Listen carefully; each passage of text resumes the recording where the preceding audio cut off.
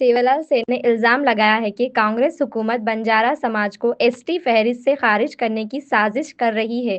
Bhadrachalam MLA Telam Venkat Rao को party से मुअत्तल करने और साबिका एमपी सोयम बाबू राव के खिलाफ कार्रवाई का मुतालबा किया गया। रियासती वर्किंग सदर भूकैया रवि राठौड़ ने सख्त इंतबाह देते हुए कहा कि लंबाड़ी बिरादरी से छेड़छाड़ की गई तो अंजाम खतरनाक होगा। सुप्रीम कोर्టులో ఎస్టీ జాబితా నుంచి లంబాడులను తీసేయాలనే కుట్ర కోణంలో మరి కేసు పెట్టడం జరిగింది.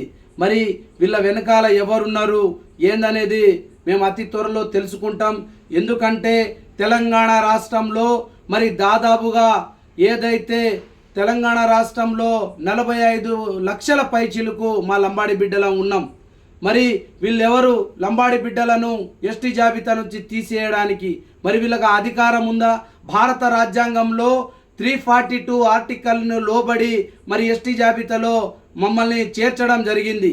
అలాంటిది మరి ఏదైతే తెల్లం వెంకట్రావు అదేవిధంగా స్వయం బాపురావు వీళ్ళిద్దరూ సోయి లేకుండా మాట్లాడుతూ ఉన్నారు.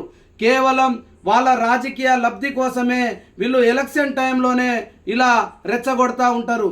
కులాల మధ్య చిచ్చు పెట్టాలని చూస్తే ఖబర్దాన్ బిడ్డ అని ఇద్దరిని హెచ్చరిస్తా ఉన్నా.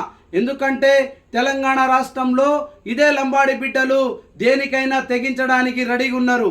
ఎందుకంటే తెలంగాణ రాష్ట్రంలో మమ్మల్ని కుట్రకోణంగా ఈ రోజు వరకు మరి ఏదైతే మంత్రి పదవి రాకుండా చేస్తూ ఉన్నారు.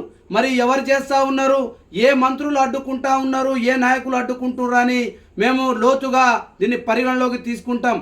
ఏదైతే 1950లో మరి ఏదైతే ఎస్టీ జాబితాలో మరి ఆదివాసీ కోయా సోదరులను ఏదైతే మీరే దగ్గరుండి కుట్ర చేస్తూ ఉన్నారని మేము రాష్ట్ర ప్రభుత్వాన్ని కూడా హెచ్చరించే పరిస్థితి మీరు తెచ్చుకోకూడదు.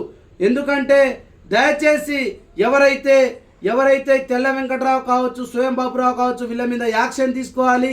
మరి మొన్నటికి మొన్న సుప్రీంకోర్టు నుంచి ఒక ఆర్డర్ కూడా వచ్చింది. పార్టీ ఫిరాయింపు ఎవరైతే చేస్తారో మరి ఏదైతే 3 నెలల్లో వాళ్ళను తీసివేయాలని మరి ఏదైతే గైడ్ లైన్ పాస్ చేసింది. మరి ఏదైతే మా లంబాడి బిడ్డలు అందరం అన్ని సంఘాల నాయకులం అందరం మేము కలిసి మరి ఏదైతే రాష్ట్ర స్పీకర్ గారికి మేము కలిసి వినతి పత్రం తప్పకుండా ఇస్తాం. ఏదైతే తెల్ల వెంకట్రావుని వెంటనే పార్టీ నుంచి సస్పెండ్ చేయాలి.